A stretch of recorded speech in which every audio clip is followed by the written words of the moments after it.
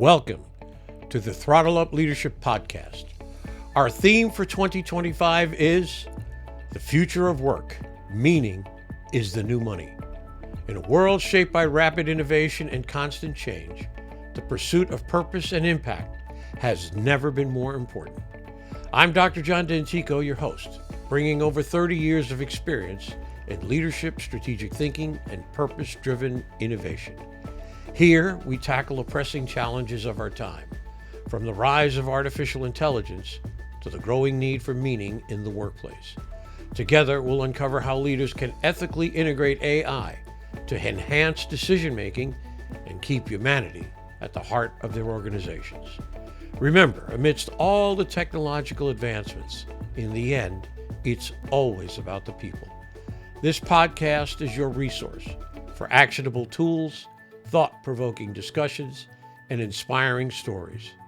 It's time to go beyond leadership development and focus on leadership impact, creating workplaces where people thrive, innovation flourishes, and meaning truly becomes the new currency.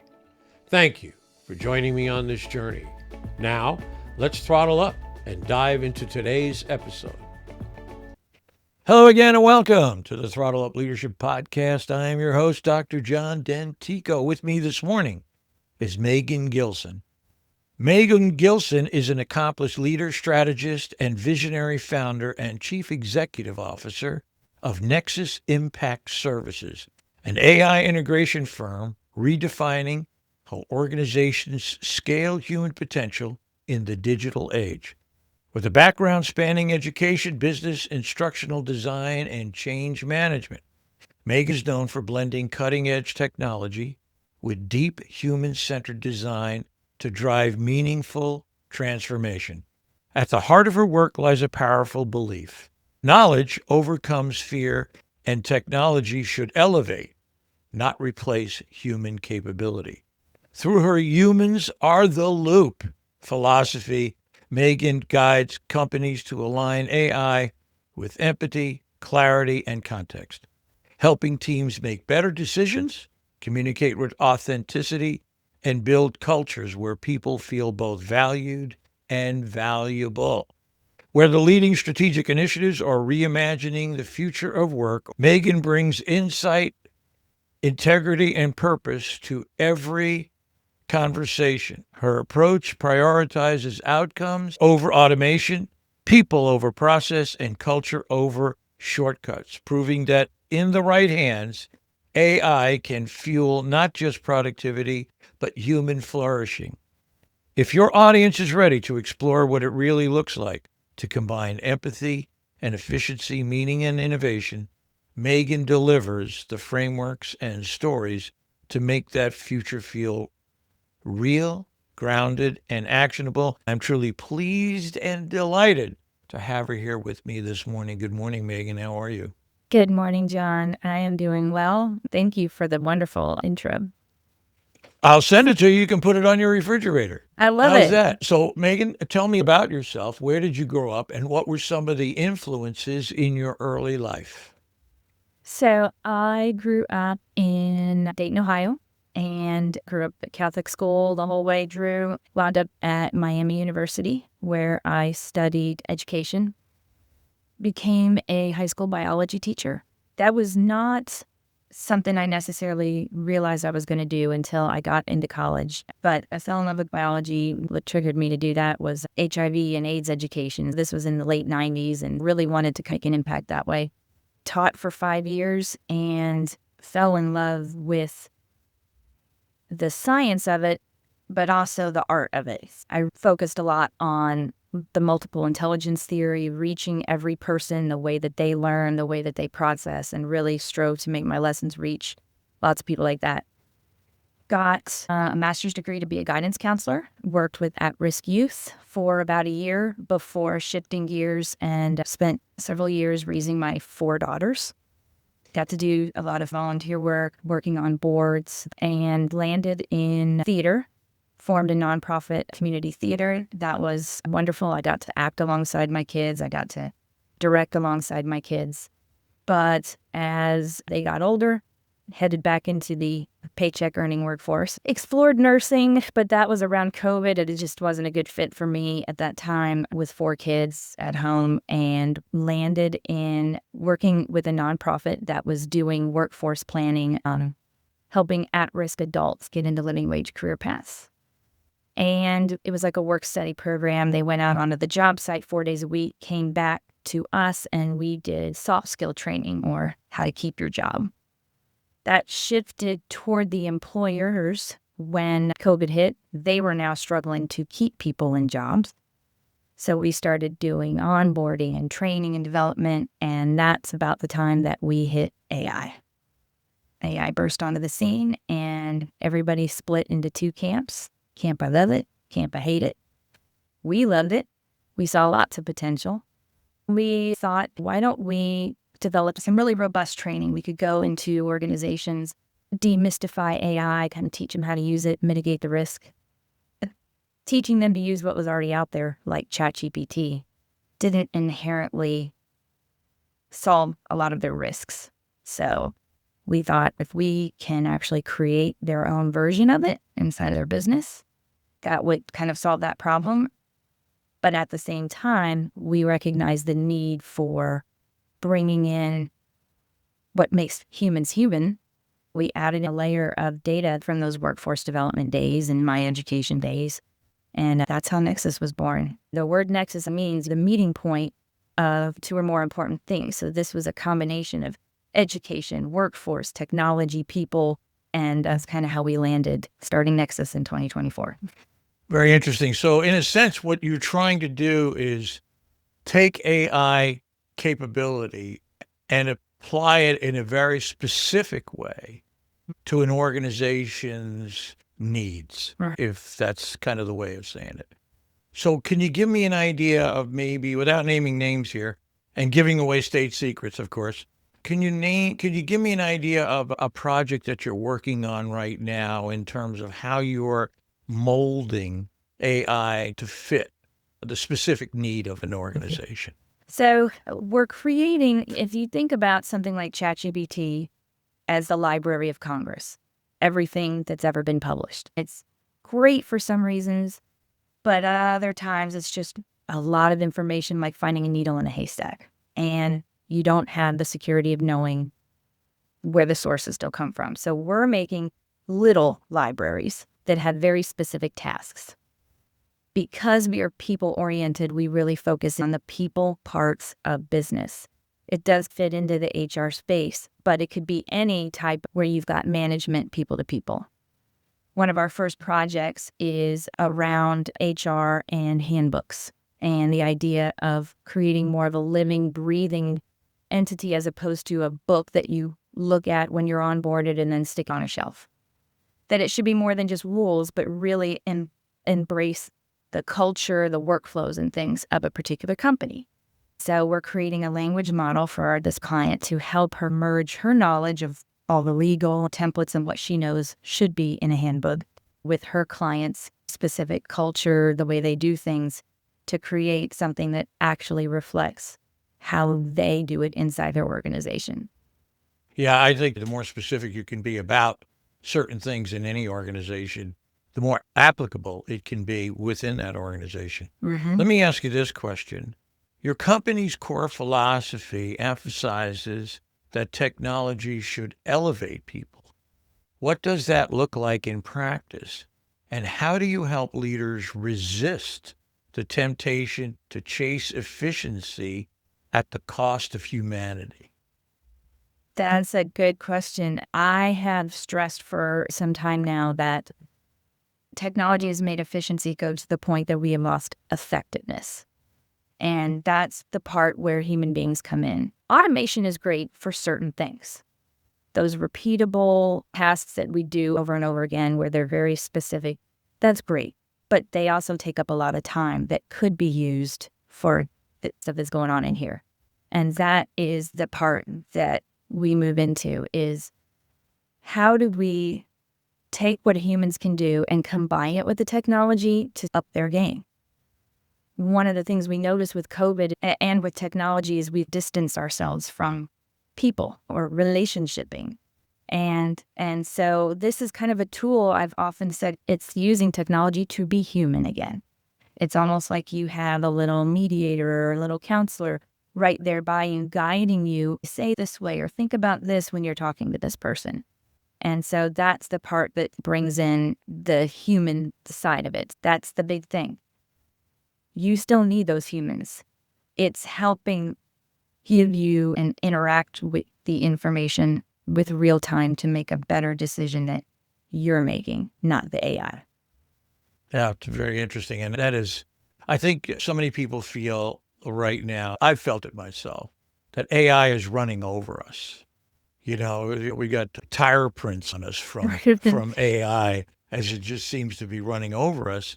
And the hype, certainly the hype. And yet, I think there has to be a much more steadying hand on it that says it's got a great capability. I use it. It's wonderful. There's no question about it.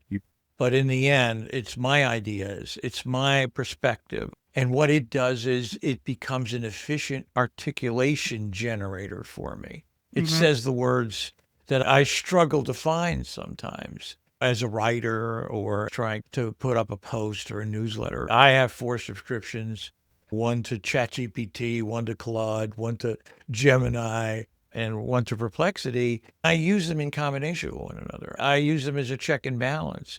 I may use ChatGPT to do the initial thing, and then I'll feed that to Claude and say, well, what do you think? And it's interesting to find out how they can be used together and the different ideas and thoughts that they bring out. It's really interesting. And I think many of us are still experimenting with it, still trying to figure out how does it really fit in to my life and to the way I want to express myself. And I'm going to challenge you to say effective communication. Effective. Well, we had the discussion before, and that is the difference between efficiency and effectiveness. For me, efficiency is about management. Management makes things efficient. Leadership's about effectiveness. Leadership asks the question, are we throwing good money after bad? Right. We have efficient processes, but are these processes doing anything for us? Right. They can be incredibly efficient and be dastardly effective. You know, there's right. so you got to bring those two things together. I make the statement, you know, I'm big on strategic thinking, and I make the statement that sort of goes like this.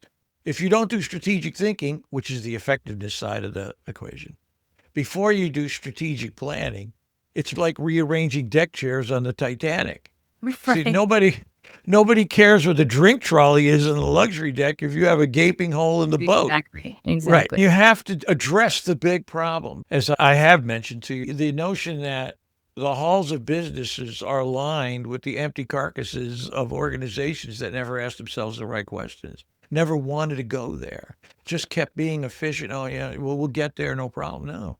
Sears.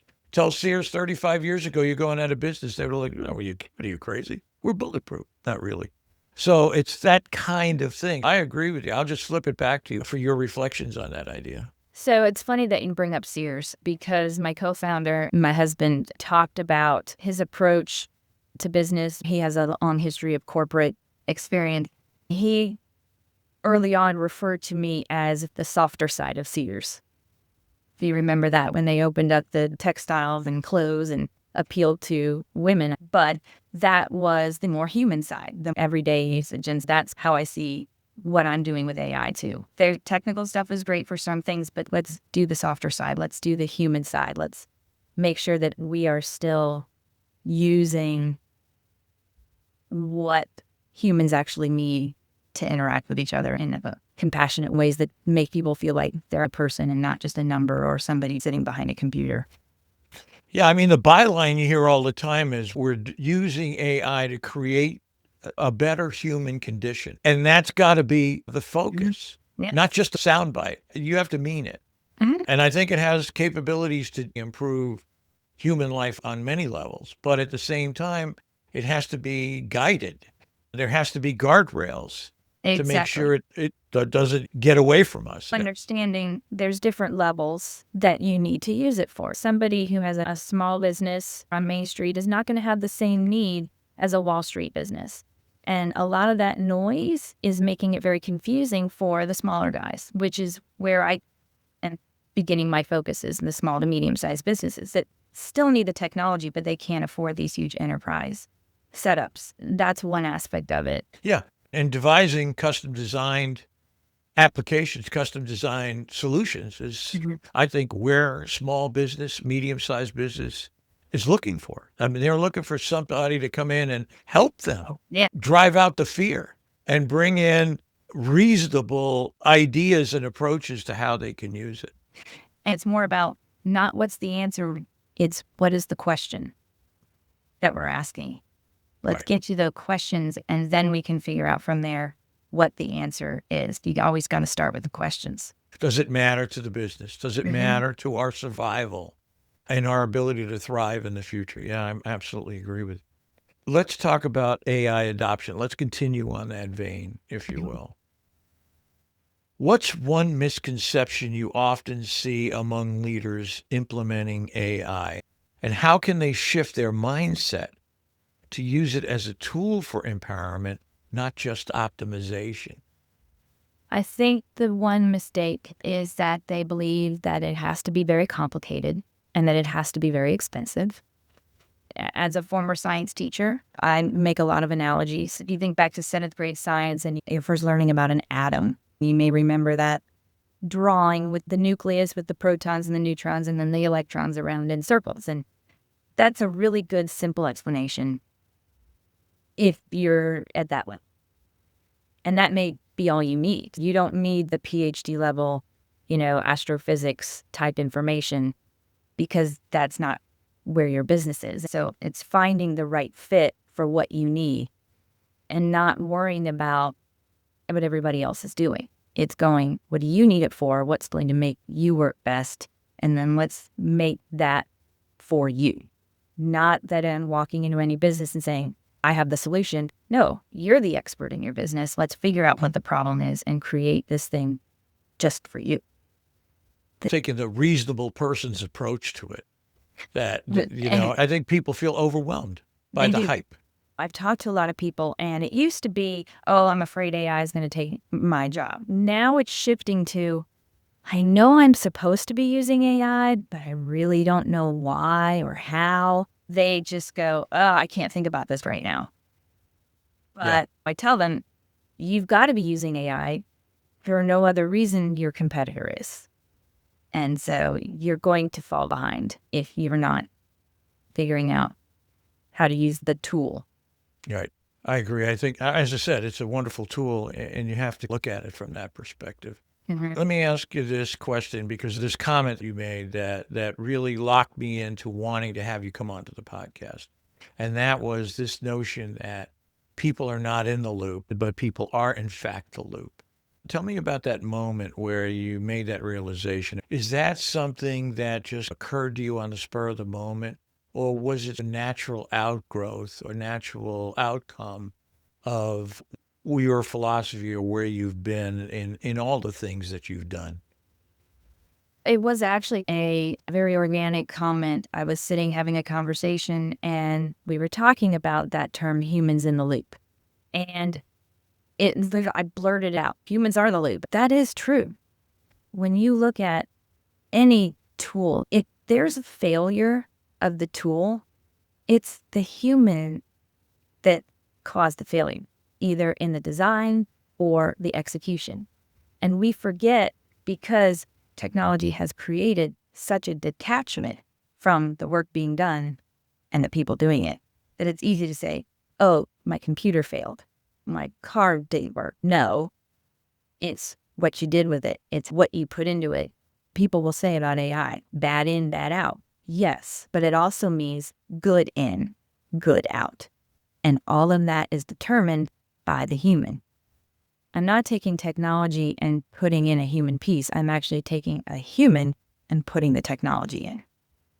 Very interesting. A very good way to look at it, too, is the technology is there as a tool to help the human get through whatever particular issue or challenge they're facing at the time, whether it's writing a post, trying to put out a newsletter, whether you're trying to create a new manual of operations, those kinds of things. The tool is there to really aid the person in efficiency hopefully in effectiveness as well, depending on what the crux of the message is and whether it makes sense in terms of how it is interpreted inside the organization. I'm with you. I think that's a great comment. People are not in the loop. They are the loop. It just makes you snap back. As I say, reset my tumbler. It made me snap back and say, wow, that is a really profound statement, because that really is where we're going. People, tools come in and help the people. So I thought it was just a wonderful idea. Let me ask you this question. Every company says that they care about culture, but few integrate it into their digital strategies. How does Nexus align AI implementation with values, communication, and the human heartbeat of an organization? So we've all seen the Venn diagram image with the circles that overlap. When you are creating these small language models, these small libraries, and you're putting in things like your rules, your regulations, your law, that's one set of information. But when you layer in things like training information about problem solving and critical thinking, you almost give it the ability to start interacting. Then you take what is your culture, and it may be as simple as we subscribe to the philosophy of 7 habits of highly effective people. You have something about high performance teams that resonates with you, or you have a culture where, we believe in giving people X amount of days off for a reward, whatever it is.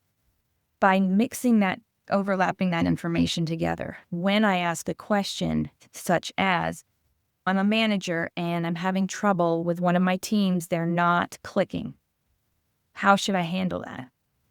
It's not giving random suggestions about teams. It's going, okay, in this data set, it talks about a high performance team strategy. So it's going to pull that information and use it to answer the question. It's kind of creating an echo chamber, but in a positive way. We hear a lot about bias. Bias is bad. Well, it's actually not always bad. If I run a company, bias in saying I am the best, of course I'm going to be biased about that kind of thing. So figuring out the positive ways to use the bias to reinforce the things that you want to reinforce until somebody says, maybe we need to tweak that. So that's almost like we can go in and pull that book off the shelf and replace it with the new information. Interesting. I talk about the big 3 all the time in terms of people hiring and wanting to work for organizations. Number 1 is values alignment. People want to work for an organization whose values are the same or similar to the person that's being hired. So that's very interesting when you talk about the bias aspect. Part of that could be how an organization expresses their values. So part of the culture is we're a value-based organization. Here are our values. Number 2 is people want to be involved in the decision-making processes in the organization. How do we tell people they're involved in the decision-making processes? The third one is people want training and learning that helps them advance their careers. Those are the big 3. That's the stuff that, as the aftermath of COVID, people not working for a paycheck anymore. Right. They want to have a sense of values. They want to matter. They want their work to matter, those kinds of things. So I can see how that can be worked into a cultural perspective of the organization that people can immediately look at and understand, oh yeah, I'd like to be with these guys. They sound like me.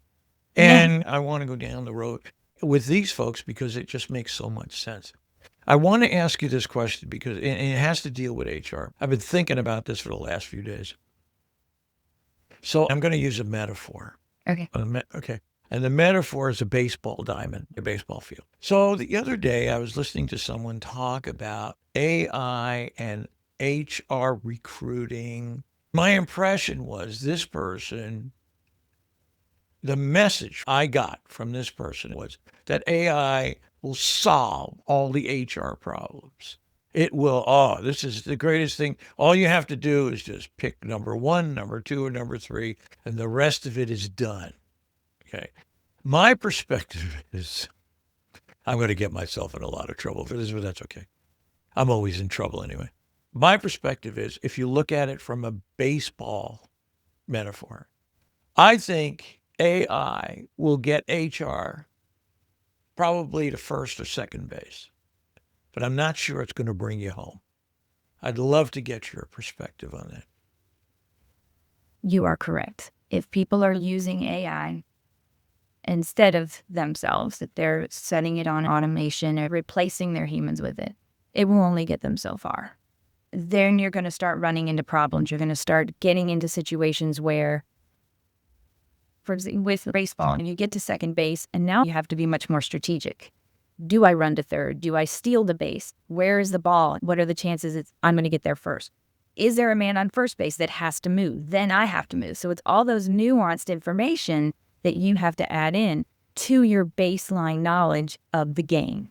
So you have to be able to take in real-time information and go, okay, I understand that every time there's a hit, I'm supposed to move. But what's happening right now? That's the similar, I think. It's going, okay, I can only get so far, but then I'm going to run into situations where I'm going to have to do more than, say, like a chat bot that's either A or B. No, it might be a combination of things. And so that's where you need the humans. Yeah, it's very interesting. There was a story not too long ago about a young woman who was teaching people how to get past the AI screening software. Okay.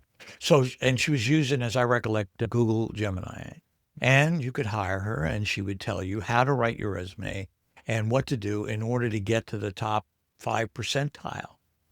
I thought the funniest part of this whole article was, the most interesting or ironic part of the article was that in order to defeat this kind of AI generated resume that is now able to get past the organization's AI resume screening software, was in order to hack that they had decided, well, you know what we have to do? Well, what's that? Well, we have to do more personal interviews. We actually have to invite. Idea. What a concept. You mean like maybe get on a Zoom call or have the person come to the organization and we can sit down and chat with them. I use the person in the loop metaphor. The hack for AI was the human in the loop. Once we get the person here, we can sit down and talk to them. And I thought that was so ironic. I agree with you. I think the best you can hope for is first or second base if you're not using other kinds of things that go along with it. You may get to the first level of, okay, these folks look interesting. They fit the bill. Now, where do we go from here? What is, as you said, the strategy? And that blends with the organization's strategy, too. I'll tell you, I've been blessed with all the wonderful podcast guests I've had.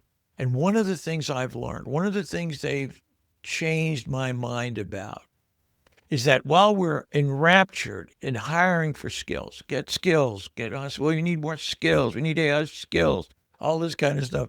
Now I say the two main things for hiring is hire for values and hire for heart.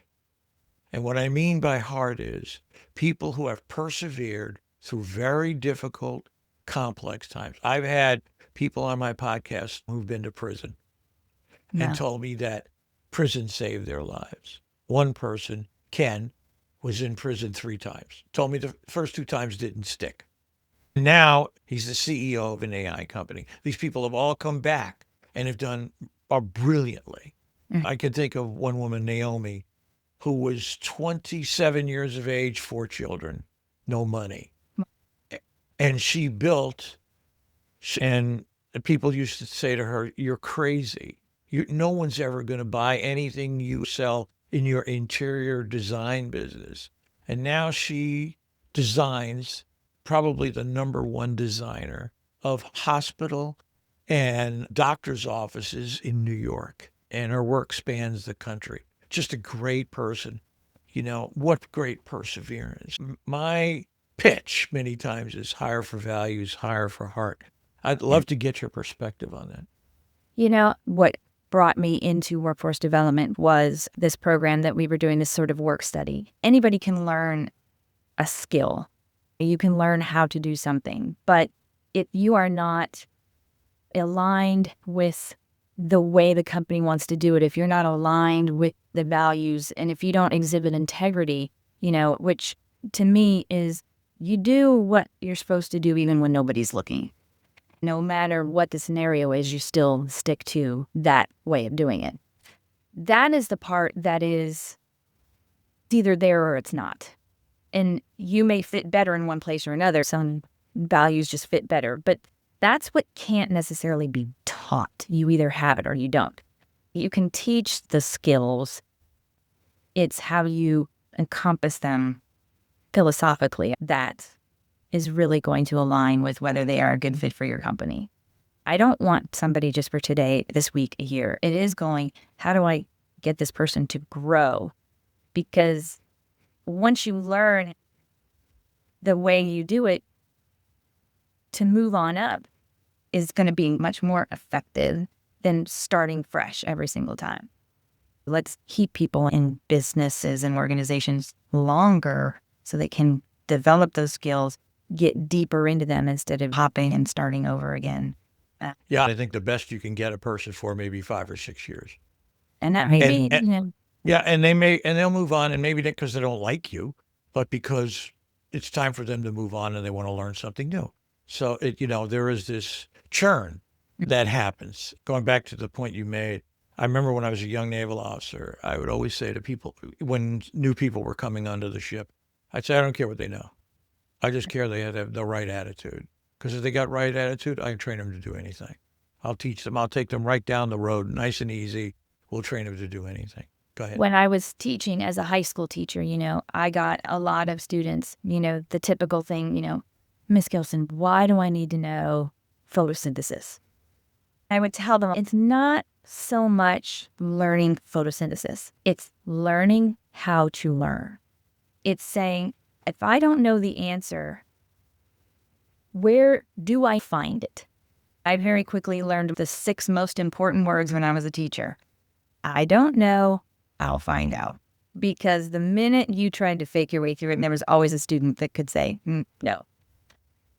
So it's learning how to learn. And that, I think, is the thing that we need to look for the most when we're talking about the people stuff. It's a willingness and ability and knowing how to be agile and grow and change.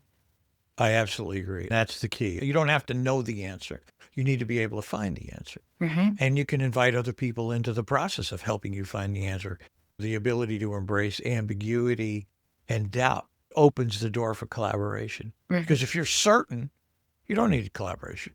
I know the answer. This is the answer. I don't need your help.